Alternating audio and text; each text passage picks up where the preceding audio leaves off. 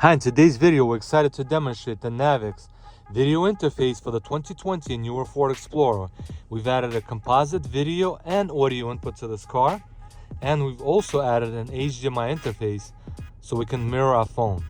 By pressing the mute button twice, you can access the video and audio input, and we'll connect our iPhone using an Apple AV adapter. All right, now we'll play a YouTube video for you.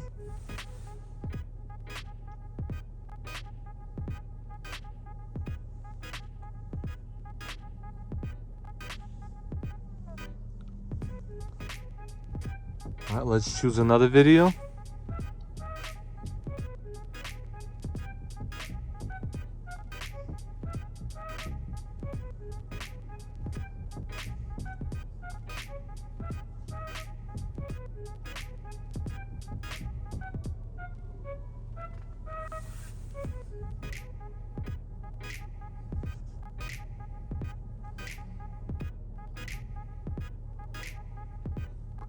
Alright, so if you have a 2020 or newer Ford Explorer with a 10-inch screen and you want to add a video input, we have a solution for your vehicle.